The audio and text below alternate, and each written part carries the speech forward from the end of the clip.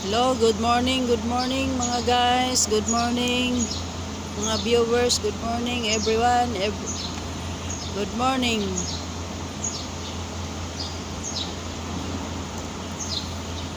Duty na sad ta guys kay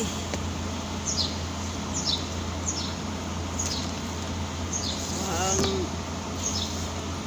lahi ang panahon karon guys, masama ang panahon karon guys kay ang weather karon sige kusog kayong hangin sa among lugar. Daghan kay na nga tumbang nga mga kahoy, mga puste.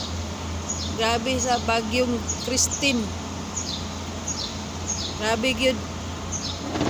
Daghan kay na nga damage mga kuryente. 3 days na lang, 3 days sa among lugar wala pa'y kuryente hangtod karon